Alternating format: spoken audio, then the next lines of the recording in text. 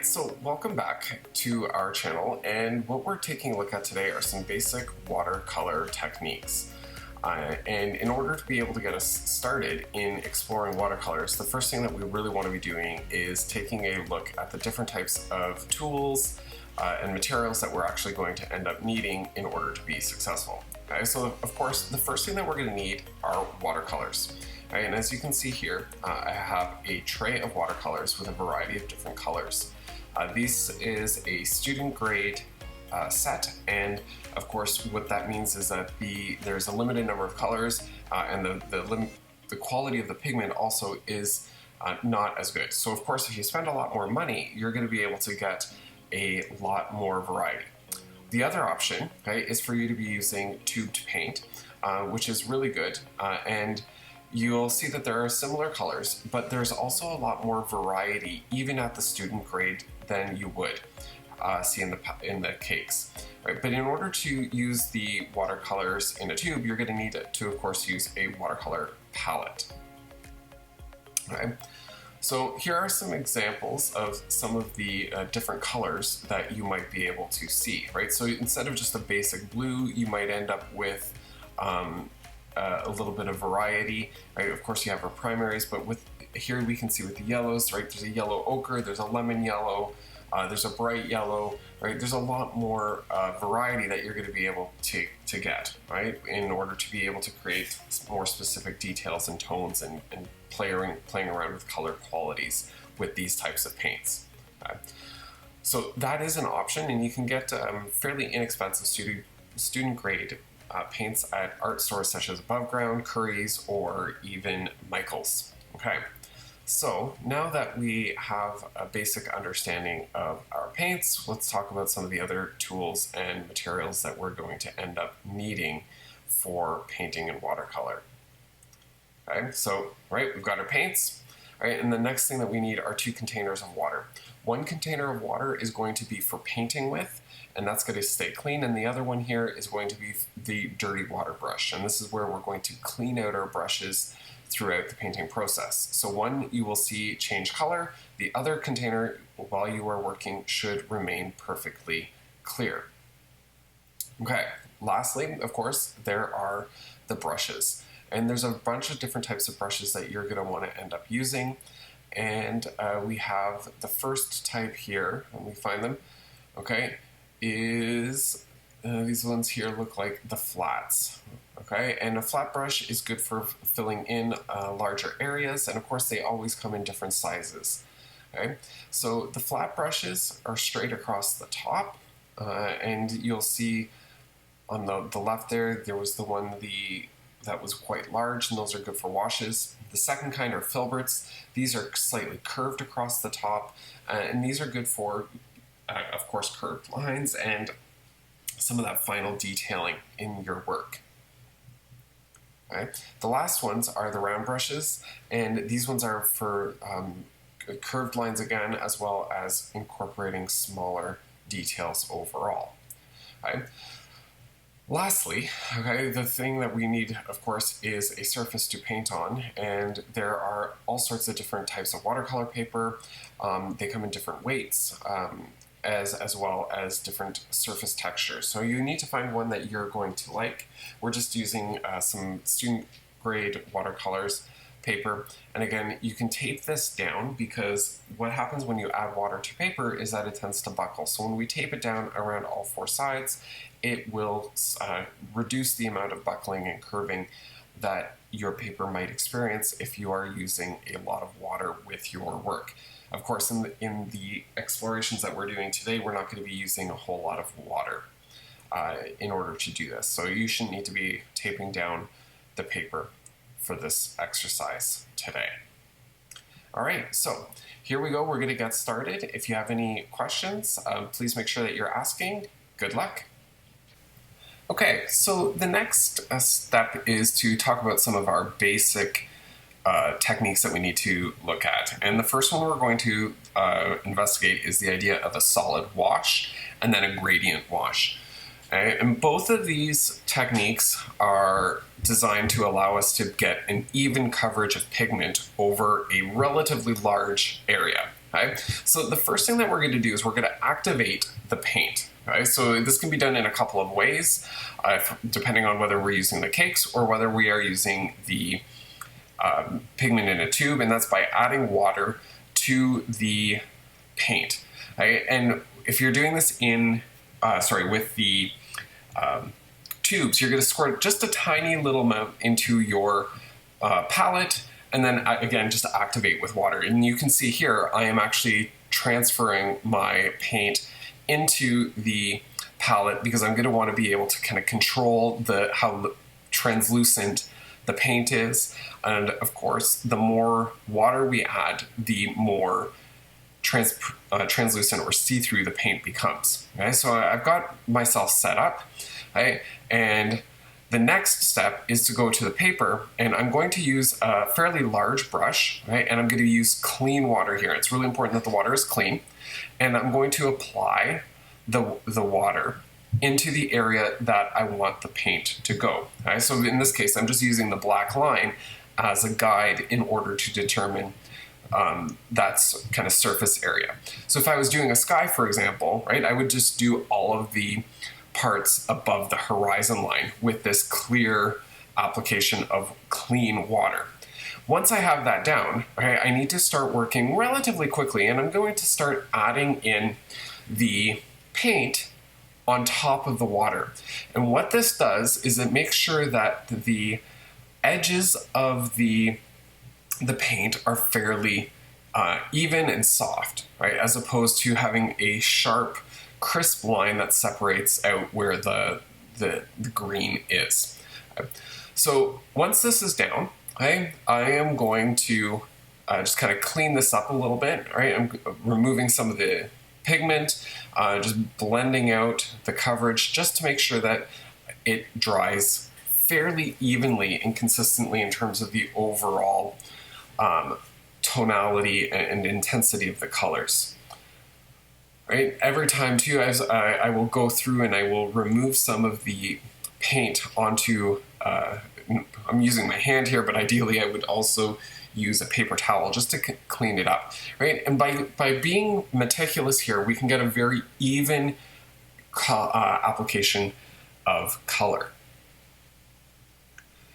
The next one that we're going to do here is a gradient wash, and as we've learned in previous tutorials when we're looking at drawing techniques, is a gradient is a transition from one value, or in this case it'll be saturation, to another.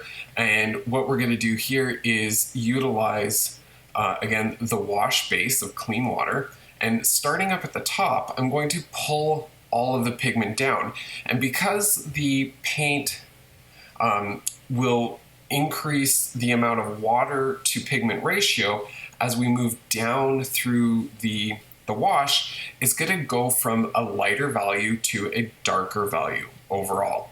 Right? And as I'm doing this, I'm adding more and more pigment up at the top and consistently working to try and pull that pigment down, while at the same time maintaining a soft change from one area to the next, right? I don't want to be getting any harsh lines, right? So take your time, right? Work on getting control over the pigment, and also try and think about how you can manipulate the intensity.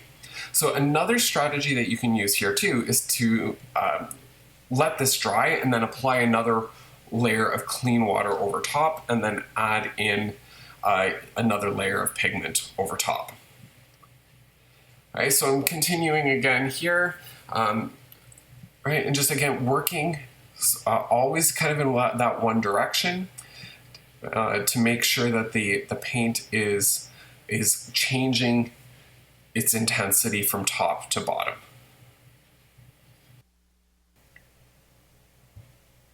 Okay, and as I bring this finished product up here, right, we can see the difference between the two, where there's a darker area of green up at the top compared to the solid wash, which is really consistent overall. Okay, so the next couple of techniques that we're going to take a look at are the gradient blend and the wet into wet technique. All right, so as we're going here, I don't know if you can see, but my dirty water here is getting a little bit more green as I'm going. but I make sure that I have a clean bucket right here. Okay, so using my clean water, okay, for the gradient blend, I am going to once again apply a fairly liberal coat of water into the area that I want the paint to be being put. Okay, and this time what I'm going to do is I'm actually going to use some yellow, and I'm activating the yellow over here with the water, and I'm going to start at the bottom, and I'm going to bring the paint up towards the center so that there is a bit of a darker tone up at the bottom, and then it gets lighter as it gets towards the center. Now when you're doing these types of techniques here, you've got to make sure that you're working fairly quickly and you have a plan in place so that you can control where this is going to go. So I'm now taking my blue, right, and I'm going to start bringing the blue down, and based on our understanding of color theory, right, what we should start to see is that the colors are going to start to mix, right, and I'm going to get a green as the two colors kind of come together.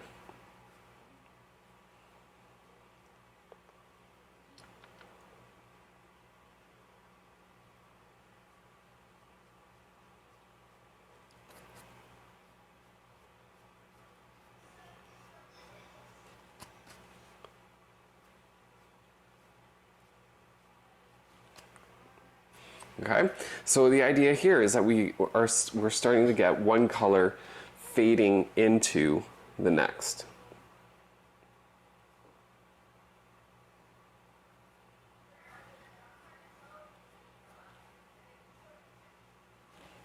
Okay.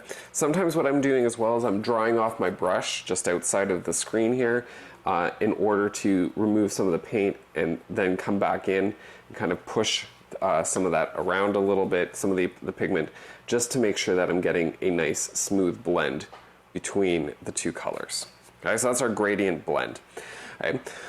The other thing that we can do too is something that's called a wet into wet. Okay, so this time what I'm going to do is not put a wash of water down onto the paper, but I'm going to make sure that what I am doing is I'm using the paint very thinly, right? So there's a lot of water mixed in here, and what I'm going to do here is I'm going to apply this area of color, and I rinse out my brush really quick, and I'm going to go in and activate my red now, and while the paint is still wet, right, I'm going to start adding the colors in, right? And what you'll see here, right, is that there's a difference where the paint is hitting the paper dry, right, along these edges here, versus where the paint is wet with each other, and you get a softer bleed between the two colors,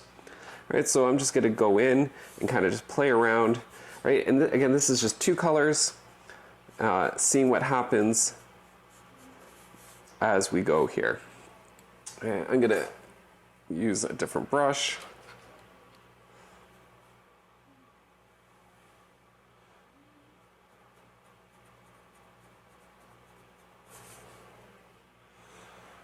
Right, and there's still a little bit of water on there, so I'm going to come back in with some yellow, right, and put some more spots down here, right? And what you can really do is really have a lot of fun with seeing how the paints interact with each other based on whether the paint is wet or whether the paint is dry. Okay, so again, as always, before you really move into some of those next layers of paint, you want to make sure that this is thoroughly dry using a hair dryer or a just time as well, right? Just to make sure that the paint won't bleed when you want to add in your next colors. All right, so I'm just going to play for another couple of minutes. You can see kind of how the paint behaves. And just get some ideas of some things that you might be interested in experimenting with in your own watercolor explorations.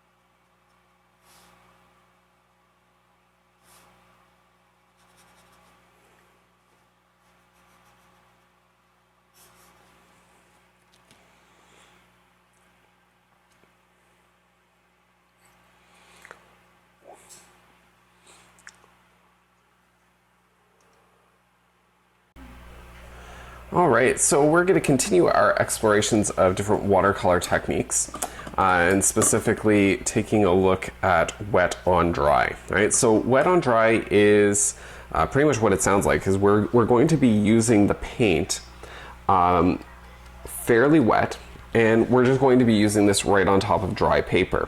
Okay, so the beauty of this type of technique is that we're going to get really nice, crisp, clean lines. Okay, so I'm going to actually let that dry a little bit so that you can kind of see some of the different effects that can happen as we start allowing the paints to kind of layer over top of each other a little bit. Okay, so coming back to our wet on dry. Okay, so what I'm going to do now is I'm just going to continue to take another little bit of blue. Right, that paint is dry now. I'm going to just continue to layer in some more paints as well, right? So you can see that where the paints transition over top of other dry paints, we're actually able to start to see those come through. Okay, so a couple more techniques. If you got any questions, make sure that you're asking. The next set of techniques, we're going to be moving from the essential into the ones that are also really, really important to know. Okay, dry brush, hey, is a little bit confusing because if your brush isn't perfectly dry, it has to have a little bit of moisture in it. Right, so you saw me dip it in the water there. I'm kind of drying out most of it. And what I'm going to be doing here is I'm going to be kind of just applying the paint fairly thick, right? You can see that there's very little pooling of water over on that brown. And when I do this, okay, I'm going to be getting kind of a scratchy texture from the paintbrush and how the paint is actually sitting on top of the texture of the watercolor paper. Right, we're getting some of the brush texture as well, and I'm going to just use a scumbling technique here in order to kind of fill in the box. Right, and this is really good for developing some texture and getting that. You know, if you're doing like a landscape, for example, putting a bit of a brown down underneath.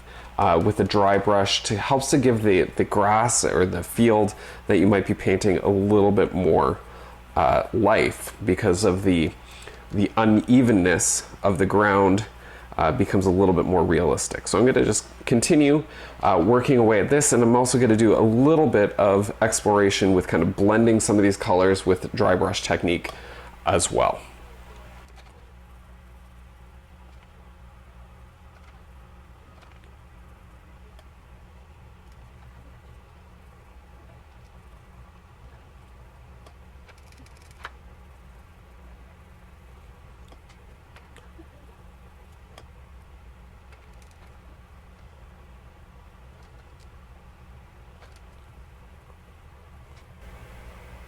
Okay, so there we've got a quick example of some dry brush, mixing in a couple of different colors, and again, continue to explore and experiment with sort of what happens when you start layering in some other colors as well, right? And in terms of being able to create some visual depth and interest in those techniques as well. Okay, so for the next few techniques, I've actually pre-prepared some of the spaces that we're going to be working in order to be able to better illustrate the concepts that we're exploring. So the first one that we're going to take a look at is this idea of scraping. Right? So I've put down a wet into wet sort of just color base, and with this we're going to use a knife, a precision blade, and what we can do is we can actually kind of scrape away and remove some of the elements of the paper. Now, of course, when you're doing this, you want to make sure that the paint is fully dry in order to help kind of just make sure that it doesn't tear too unpredictably. Right? And we can start to create textures and use the knife as kind of like a drawing tool in order to bring some of the white of the paper back. Right? We would do this like I'm not pressing very hard at all. Right? You can see the sort of that top layer of the paper just kind of pilling up a little bit, and I'm gently removing those little fluffs of paper from the surface. Right, so when you're doing this type of work, right, you're just going to want to just take your time and just be attentive to detail and how the paper is responding to the tip of the blade. Okay, so that's all there is to that. Is just gently scraping away and allowing the white of the paper to come back through. I'm going to just continue to do a little bit more work and I'll speed up the film for you so that you can kind of see it, the whole process, and then we'll move into the next activity, which is going to be taking a look at opacity.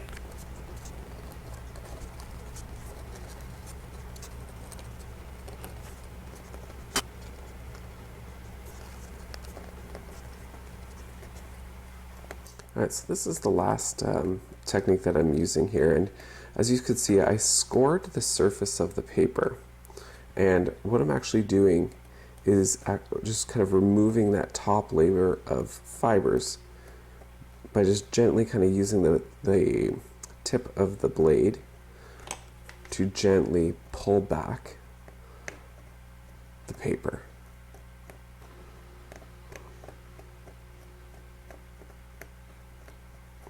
The score marks that I made constrain where the pulling is going to actually end up happening, and that's going to allow me to get a much crisper line than if I just scratch into the surface as well.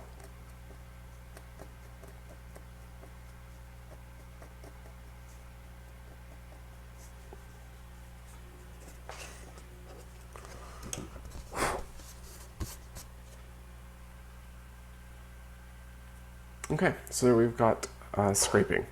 The next technique that we're going to talk about is opacity, and you can see here that I've put down a couple of colors, blue and yellow.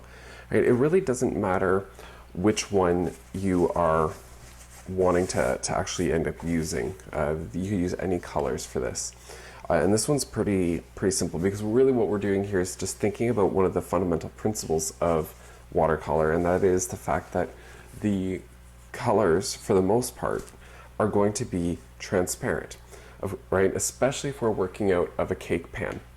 If we're using the tubes, right, it is possible to get to the paint to be a lot more opaque, right? So just kind of keep that in mind. And by opaque, I mean that it's not, you can't see through the pigment quite as well, right? So I'm going to use the same two colors here in order to illustrate this. So I'm going to take some blue, right, and all I'm going to do is I'm just going to kind of come back, and I'm going to go back and move through in the opposite direction, just in order to kind of be able to illustrate what I mean by this idea of opacity.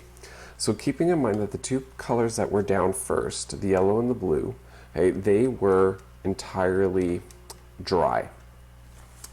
And as I come through and I apply a second layer of paint over top, right, you can see that where these colors end up intersecting, right, that the color will either change, right? So here I've done blue over yellow, and the green is actually quite intense, right? But at the same time, the yellow over the blue, right, I get a much darker green, right? So the order in which you are layering these paints is also quite important, right?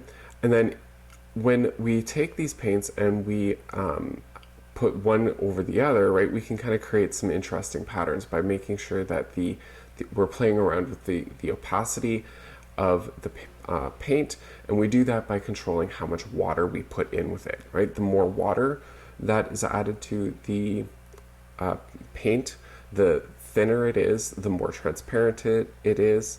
The thicker we are able to end up using the pigments, the more opaque it generally is. Okay, so very important concept for you to be thinking about and experimenting with.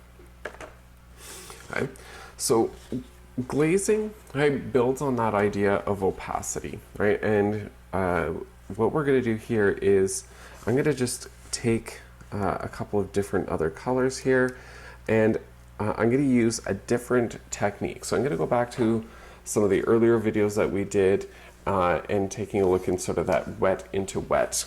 Okay? But now what I've done is I've put a dry base, and I'm going to use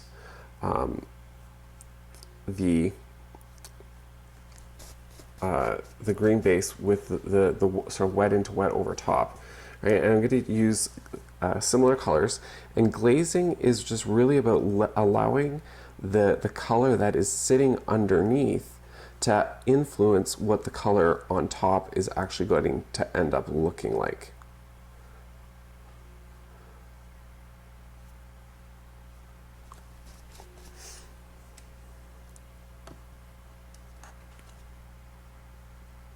Right, so down here, right, I didn't get like a pure yellow because of the blue that was underneath, and up here, I didn't get really a pure blue because of the green that was sitting underneath. Right, so glazing is allowing the color of a base layer to kind of come through and influence what is happening on the top layer. Okay? So I keep using this word layer. So what exactly does this layering mean? Right? So I'm gonna illustrate this here. I've put down a base of blue, and I'm just going to use blue once again. And I'm going to just create a stepped gradation by applying sort of a coat of paint over top here. Okay. You'll notice with this first layer, right? So the first layer was fairly light, and as I added the second layer, it's actually getting quite a bit darker. Right? So this is going to be that idea that the more layers of paint you add, the more intense or the more rich the color of your paint actually can be. Okay? So once I put down that first layer, I had to let it dry completely, and then I'm going to add in a second layer. I'm going to let that dry completely, and then I will add in a third layer and then let that one dry completely. Okay, so while I'm waiting for that to happen, right, and this is one of the keys about working efficiently with watercolor, is recognizing what other parts of the composition are you able to kind of work on or develop or to practice while you're waiting for the paints to dry. That's the hardest part about watercolor, is the waiting. In order to speed that up, you could put it in a spot that has a heat source, like a heat vent, or alternatively, you could use like a blow dryer in order to speed up the drying time. Right. One thing to keep in mind, though, anything that has a strong is a strong source, and there's like a where the air is moving across the surface like a blow dryer, you could end up pushing the paint in places that you didn't necessarily want to. Okay, so I'm going to let that one dry. I'm going to set that aside. Layering example again, and here, right, again, I'm just going to use that blue. We're going to add in another layer, and we're going to just continue to see and observe how adding more layers of the paint helps to create more intense color.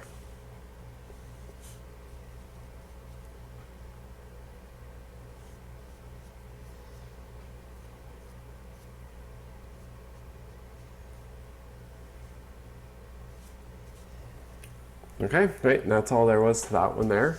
Right, and we can see with one layer it's fairly light. We're starting to get some intensity. We'll come back to this a couple more times.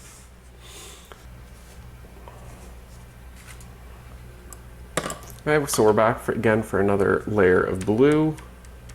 I'm going to put this, loading up my brush, and this is our fourth layer of color. I think this will be enough to kind of give you the idea of what's happening with the layering of the paint, right? So again, yet another layer is just another intensity in that blue, right? I think we're actually getting to a point where we're kind of maxing it out because there isn't a huge amount of difference between these two.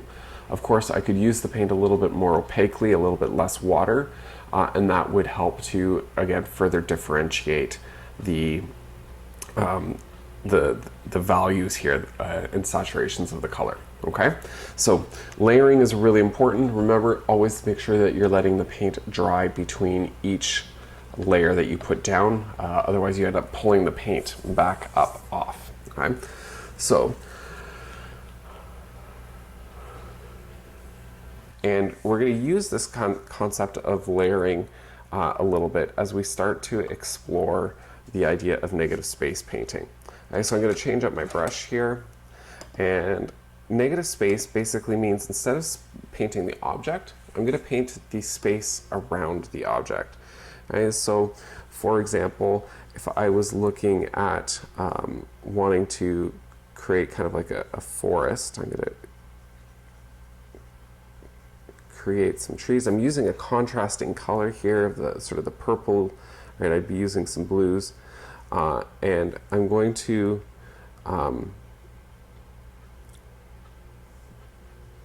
sort of end up painting the space, right, around the trees.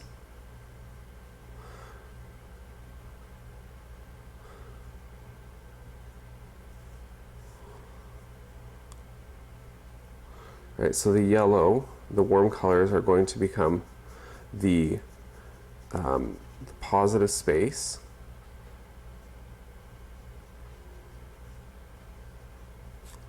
Right, and the purple is going to become the negative space.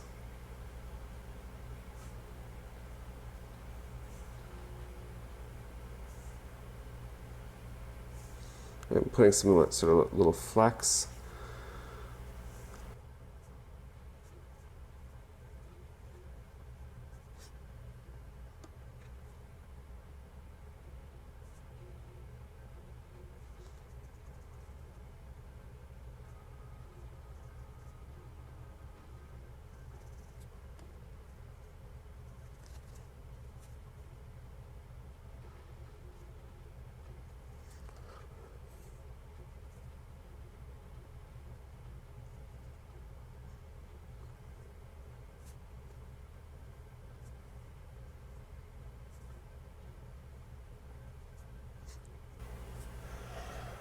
Right. So as you can see, right, this technique is a little bit more complicated, right, as you're having to kind of draw everything kind of in reverse, right? But you can, again, you sort of paint around objects as well in order to be able to make them come forward.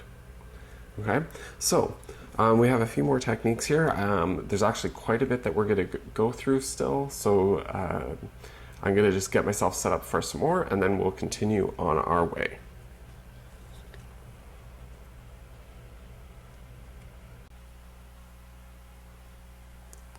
Okay, so the next techniques that we're going to talk about are resist. And basically resist means that we are trying to keep the watercolor pigments from adhering to the paper. And to do that, we end up blocking the surface of the paper. And there's a variety of different ways that we're going to be able to do that.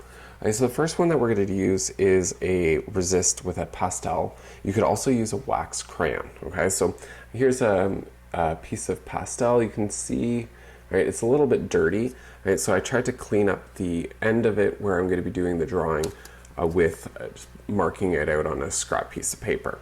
Okay? So to do the resist, I'm going to simply draw in my design onto the paper.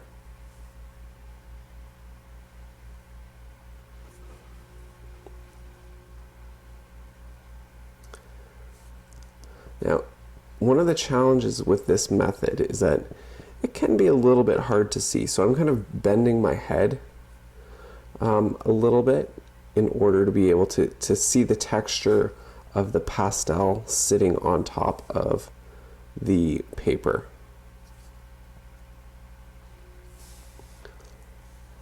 Okay, so once I've done that, right, I can actually work right away. I'm going to go in and I'm going to use my big brush here, and I'm going to just use some wet on dry techniques and then maybe some wet on wet over top in order to reveal the drawing. Right? So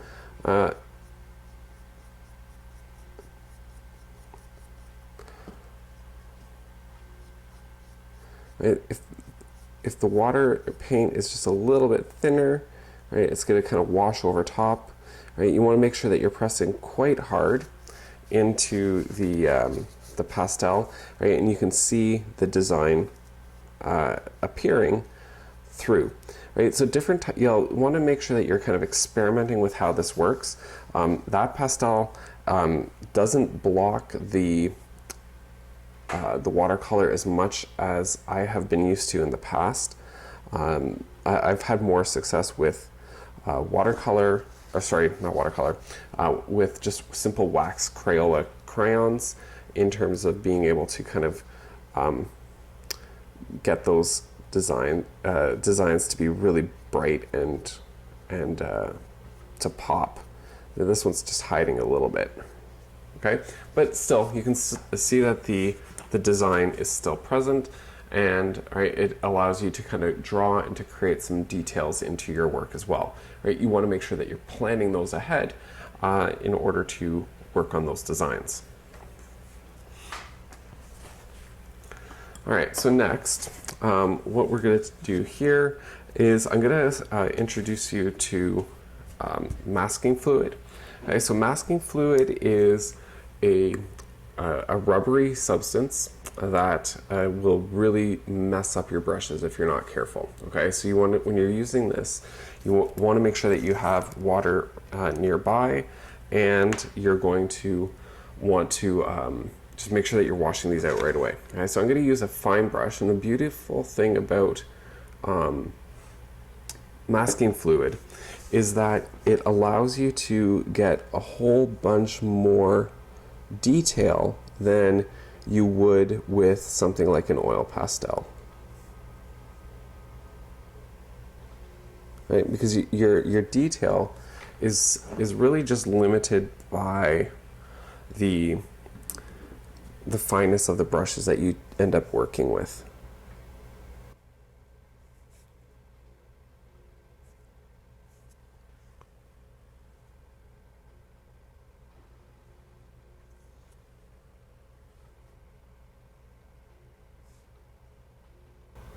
So when you are doing this, you do want to make sure that you can kind of see the ridge of the masking fluid on top of the paper. Right? There should be a little bit of texture.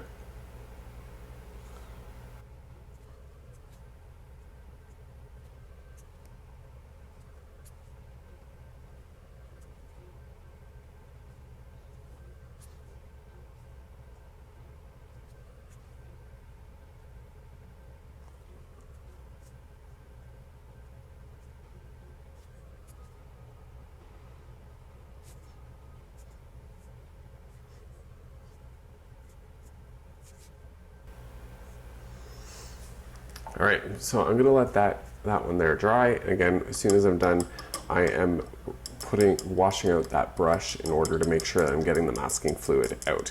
Okay. So that has to dry probably for about 5 to 10 minutes in order for me to be able to use it.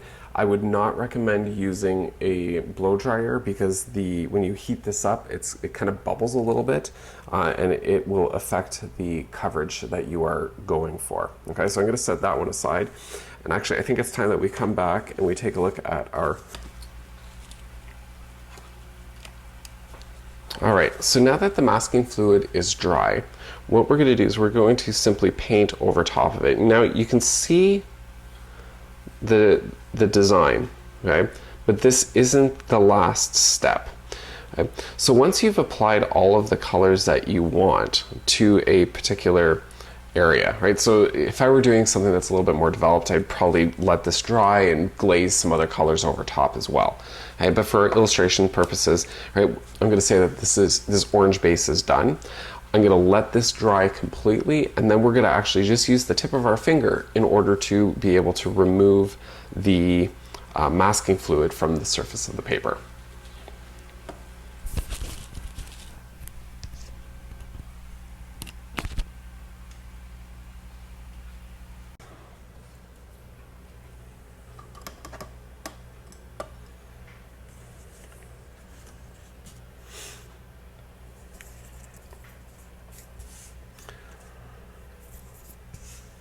Okay, so the other thing that we can do too is we can create some designs using masking tape, right? And we've tried to provide everybody with a roll in their kits for you guys to be able to use for doing various activities. Now, depending on the type of masking tape that you have, it can be very, very sticky. So in order to kind of make sure that you're not pulling up the paper, what I'm doing is I'm just sort of attaching it to my hand and pulling it off.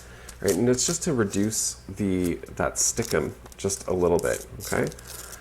So I'm gonna just take my tape here and I'm going to create some different strips here, and I'm just gonna kind of apply them down. I'm gonna try and press them into the surface, but I'm not going to be so vigorous that it's going to like really end up sticking to the paper.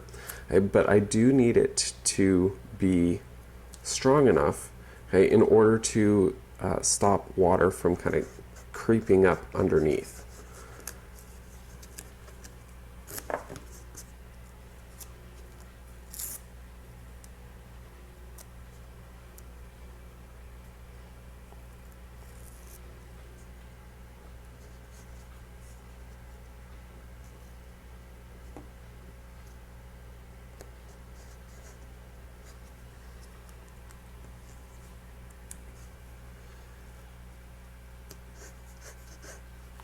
I think I've got enough down there. Okay, so again, I'm just gonna kind of gently press over top of the surface, right, especially on the edges, mostly just on the edges here, just to make sure that there's a good seal. And right now we'll just go in and we continue to use those techniques that we were learning earlier in order to be able to apply some color. So I'm gonna use up some yellow here, and I'm gonna go in. Okay. One thing you may notice is that my yellow is getting a little bit kind of green, right? So every once in a while what I will do too is go in and I will clean up my paints with just a damp paper towel and just remove some sort of that top layer of paint so that I get cleaner colors overall.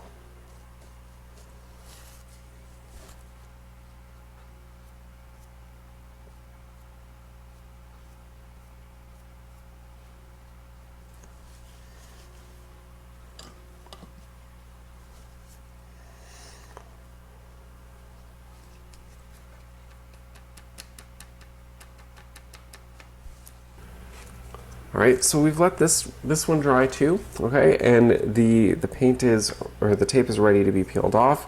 Okay, so very carefully, I'm going to peel the paint back, right, and not the paint, sorry, the tape, right, and you can see that it gives you some really neat bordered colors here, right. This isn't the best watercolor paper that I'm actually using, and it's kind of pulling a bit at the surface. So right, keep that in mind too, is that with this piece here, right, you can see that the paper is kind of sticking to the back. I didn't de-stick that one quite enough, or I pressed maybe a little bit too hard into it. Of course, smaller pieces like this are going to work, I think, a little bit better in terms of not pulling, because you don't have the same surface area that you're dealing with, right? And I can tell already, I think I've pushed this one down too hard. Oh, no, that one actually worked out really well.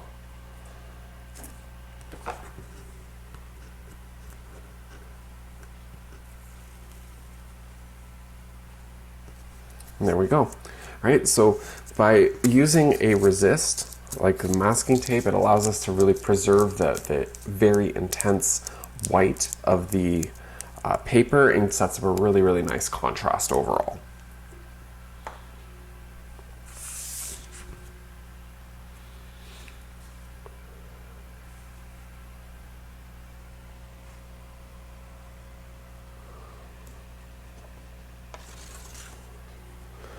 Okay, so it looks like the paint has dried, so I'm just going to use a completely dry brush. I haven't used this one at all today. Oh, no, it's not quite done yet.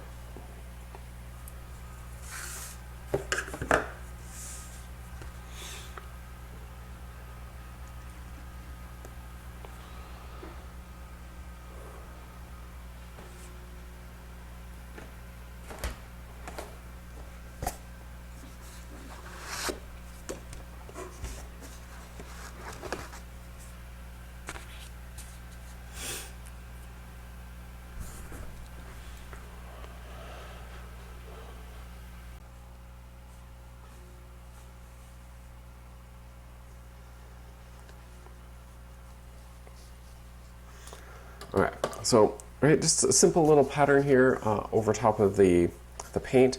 Again, I need to let this dry before I remove the masking tape. Okay, so that's going to be the next step for us. Okay, all right. We also have stencils. So this is something that I had pre-cut out. And again, what we're doing is we're just kind of looking at utilizing things to block the paint. Now, with stencils, there's all sorts of different materials that you can use, right? And the best idea for stenciling would be to use something like a Mac Tack or like a drawer liner. You know, it has a sticky back, similar to masking tape that we can kind of cut our designs into. But alternatively, right, we can just use paper, right? But what you will notice though is that the design is going to kind of bleed through a little bit, especially if you have a lot of water. Okay, so what I'm going to do here is I'm going to kind of paint over top, right, and try and follow the direction of the sort of the stems of the leaves here a little bit, right? Oh, see, because that's the trick there, is that it tends to move, right? So I'm gonna try and hold that down maybe a little bit better.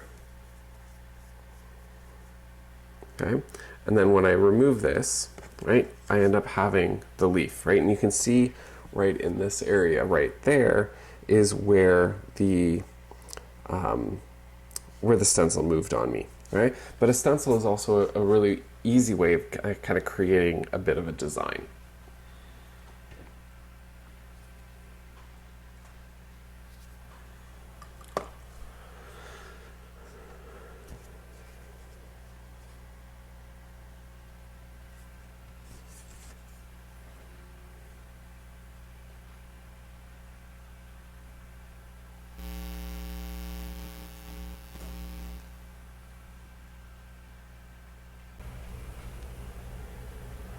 Okay, so some of the other techniques that we have are called absorption techniques. And this basically means that we use some sort of material in order to pull the paint off of the surface after we have applied it. So this, again, is going to just use some of those basic techniques that we had been working with earlier in sort of wet on wet or wet on dry, glazing, or you can do it with any of those other techniques. All right, and the first one that I'm going to use here is just using table salt. Right? So I'm going to put down a base of paint. Right? I'm going to make sure that there is some water, and we know that salt kind of absorbs water, right? We often think about putting salt into water, and it disappears, right? But we can also use it in a way. So I've just got a little bit of salt here, and I'm going to put some on my paper. Okay, and you need to do this fairly fast while the paper is still wet. Okay, and we're just gonna, again, we're gonna let that dry for a few minutes. Right, and I was just using simple table salt in order to be able to do this one. But I do have a couple of different types of salts here at home. So I'm going to try using a larger granule salt as well, a sea salt. I'm going to open this up to get that ready to go.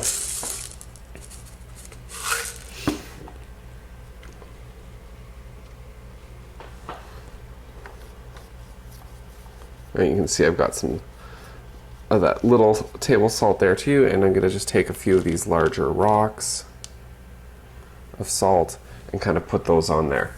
Okay, like everything else with watercolor, right, it's about being patient and allowing your paint to dry before you move into the next step. All right, so I'm going to set this one aside as well. We've got a few things on the go, and we'll come back to this one in a few minutes.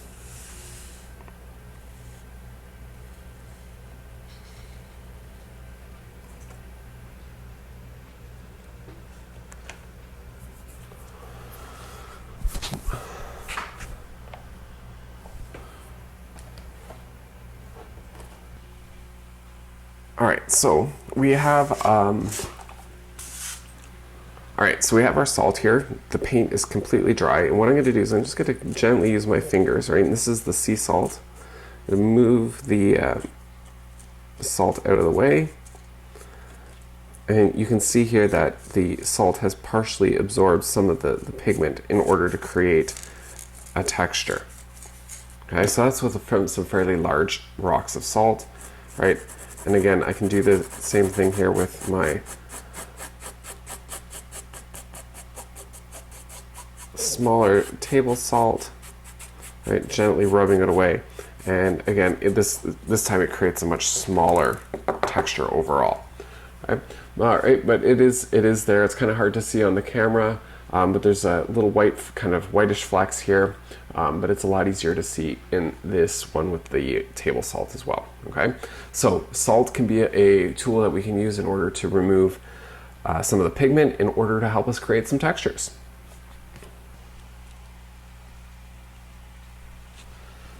Okay, so the next technique that we're going to end up using is just using some saran wrap actually to kind of create a little bit of a organic and unpredictable texture. So I'm going to, again, right, as always, I got to start with my paint, right? And as this is an absorption technique, that means I'm going to be looking at sort of how this is going to kind of pull the paint off the surface in order to create some sort of variation, right? So I need to make sure that I'm starting with the paint actually wet, right? And for this, right, I'm going to kind of crumple up my piece of saran wrap, right? And I'm going to take this and I'm going to lay this down over the top, right? And I'm going to push that in, and you can see already, well, at least I can see it. Hopefully you can see on, well, it's going to be hard with the reflection here. Okay, is that the way that the saran wrap sits, okay, is going to kind of concentrate some of the pigments in some areas and pull in others, right? It moves it around. So again, I'm going to end up leaving this for it to dry a little bit in order for that one to really work.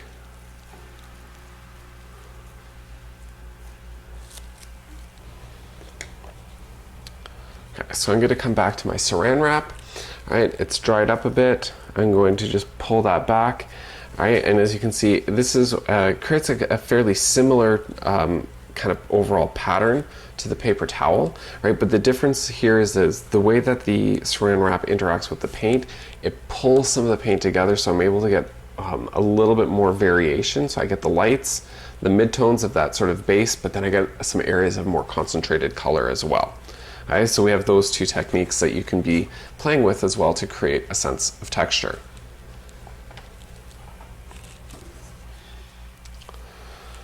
Okay, so of course we can use simpler materials too. Paper towels can work quite nicely. I'm just, again, using a quick base here, and I'm going to try and get this kind of intense. Blotted this down. Right. And using a piece of paper towel, right, in my hand, I can kind of crumple this up, right, and I can kind of just roll that across the surface in order to create a variegated texture, right? So again, texture is such an important element of design, right? And now what we're doing is now that we have this basic understanding of how the paint works, is we're able to think about different ways that we can try and recreate or manufacture textures with these different absorption techniques as well. Okay. Lastly, right, for these absorption techniques, what we have here is taking a look at just using the tools that we have at hand, which are the paintbrushes themselves. Okay, so if I start with a design or a base layer of paint,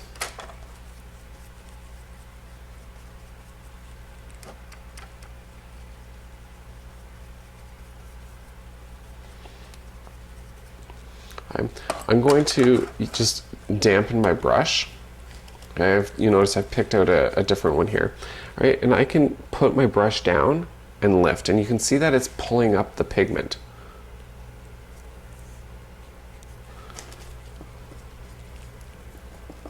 Okay,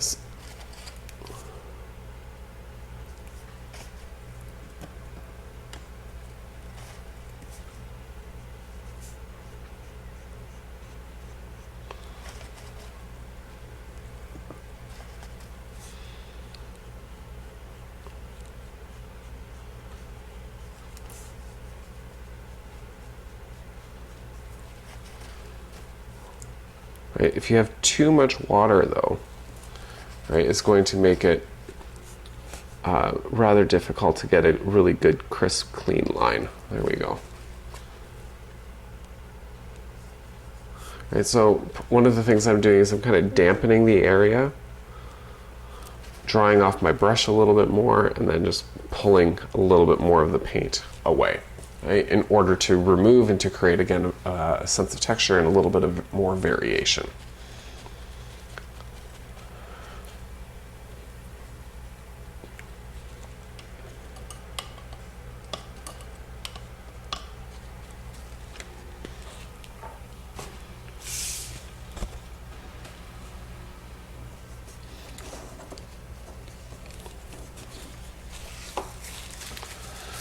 Okay, now these are what I consider to be kind of the most fun techniques, but I label these as the make sure you won't get yelled at by somebody at home techniques, because they tend to make a little bit more of a mess. Now with some of these techniques you're going to need, it might be a little bit harder for you to find some of the tools and the materials in and around your house. So don't worry if you don't have them, just more or less be aware of what is available to you. Okay, so the first thing that we're going to do is we're going to work with a straw, okay? But we have to be able to prepare the paint in order to do this. Okay, so I'm going to take my paint, all right, I'm creating a fairly thick, or not thick, sorry, a thin coat, but I'm trying to get as much pigment in here as I can. Okay, so I'm going to lift this up. Okay. Now, often I would use like an eyedropper or something like that in order to kind of suck some of this paint up out of my palette. I have to admit, I think that this would work easier if you have the tubes, because you can, you'll have a little bit more control over being able to create the overall effect. So what I'm going to do here is I'm going to take my paint and I'm going to try and create like a bubble here in the center. Actually, maybe I'm just gonna, I don't know if I've got enough paint here. Yeah, I'm gonna just kind of drop it on. Got a couple of different spots here.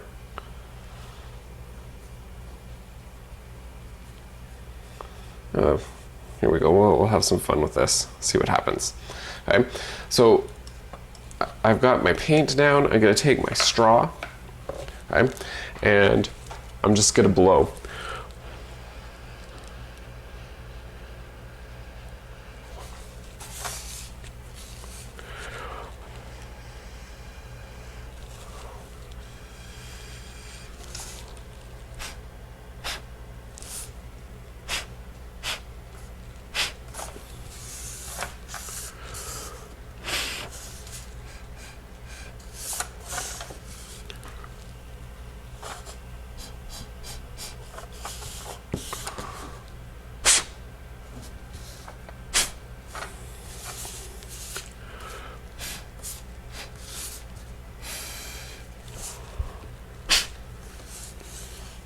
Okay, so this can be a lot of fun, right? It's very unpredictable, but again, we're going to end up letting the paint dry. Often what you can do too is, once it is dry, use that layering approach with different colors and playing around with opacity, and you can get some pretty fun, funky designs happening as well, okay? So this we're going to refer to as our straw technique, okay?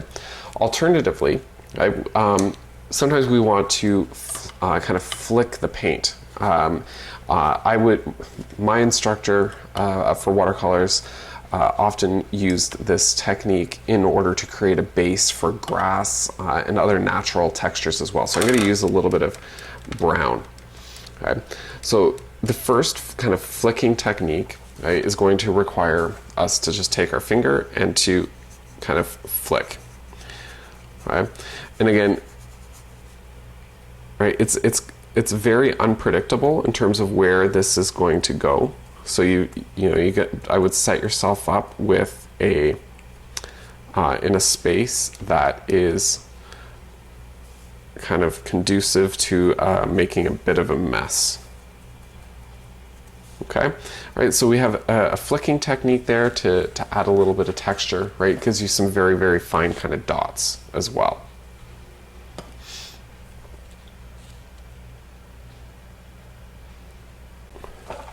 Okay, so instead of using our forefinger to kind of flick paint, right, there's another way that we can do that as well, right? I'm going back to my blue because there's a lot of water in there at the moment. Okay? And that is by putting out our index finger, right, and tapping the brush onto the finger, right, we're able to create that same sort of similar splattering technical effect, right? But here the difference is that the size of the markings are going to be a lot different, right? The harder you flick, right, and with the more water that you have, the bigger, often the bigger the kind of splash that you're going to end up getting. Okay, so that's something to be keeping in mind too, right? To kind of create that contrast and that balance. Again, layering a whole bunch of this with your browns, your greens, maybe even a little bit of bluey purples, right, becomes a really good base for creating like a meadow landscape, for example. Okay. All right. Now, the other technique that can be a lot of fun, and unfortunately I don't have one of these available right now, is to use a little spray bottle, right? Like an eyeglass cleaner spray bottle, something like that, a little bit of a mister, right? And you can spray the paint as well in order to be able to kind of apply the paint and create a little bit of texture, right? But the last one that we're going to take a look at today, right, is creating the idea of running paint. And this just simply refers to applying the paint, and now instead of kind of just thinking about the brush as your applicator, we're going to end up using the entire paper and manipulating the paper in order to kind of control where the paint ends up going. Okay? So this is, requires the paint to be really, really thin. Okay, so I'm activating my orange here. Okay, and I'm going to kind of apply this really thick, not thick, sorry, really runny up at the top. Adding a little bit more water. Right, we want a good pool of water there. Right, and then what we're going to do is we're just going to start to just allow the paint to fall, right? And sometimes what we're going to need to do is I'm going to need to kind of give it a little bit of a push.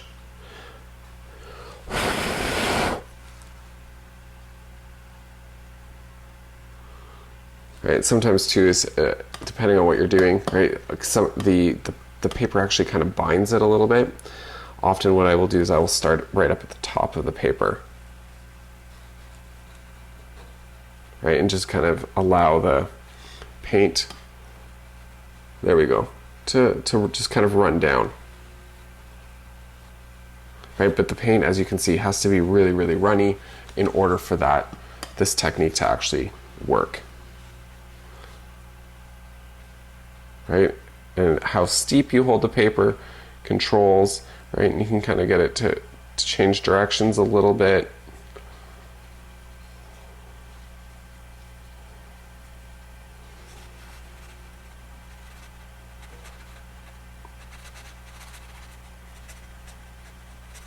But as you can see, it makes a bit of a mess on your tabletop surface, okay?